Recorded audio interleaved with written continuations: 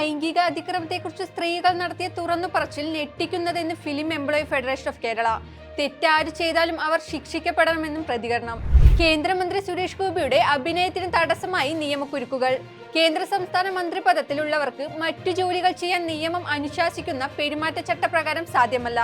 അവധിയെടുത്തുപോലും മറ്റു ജോലിക്ക് പോകാൻ പാടില്ല. സിനിമയോ അധ്യാപനമോ മറ്റേതൊരു ജോലിയും ചെയ്യാൻ ഒരു മന്ത്രിക്ക് സാധിക്കില്ല. മുഴുവൻ സമയം ജോലിയായാണ് മന്ത്രിപദത്തെ കാണേണ്ടത് എന്ന് ലോക്സഭ മുൻ സെക്രട്ടറി ജനറൽ PDT ആചാര്യ വ്യക്തമാക്കി. തനിക്ക് ആരോപണം ഉന്നയിച്ച യുവതിയെ മുൻപ് ഇതുവരെ കണ്ടിട്ടില്ലെന്നും ഇതിനു പിന്നിൽ രാഷ്ട്രീയ ഗൂഢാലോചനയാണെന്നും M. മുകേഷ് MLA അറിയിച്ചു. ഹിസ്ബുള്ളയെ ലക്ഷ്യമിട്ട് ലെബനനിൽ ആക്രമണം നടത്തി ഇസ്രായേൽ. ഇസ്രായേലിന്റെ ആക്രമണത്തിന് കനത്ത തിരിച്ചടി നൽകിയതായി ഹിസ്ബുള്ള പ്രതികരിച്ചു.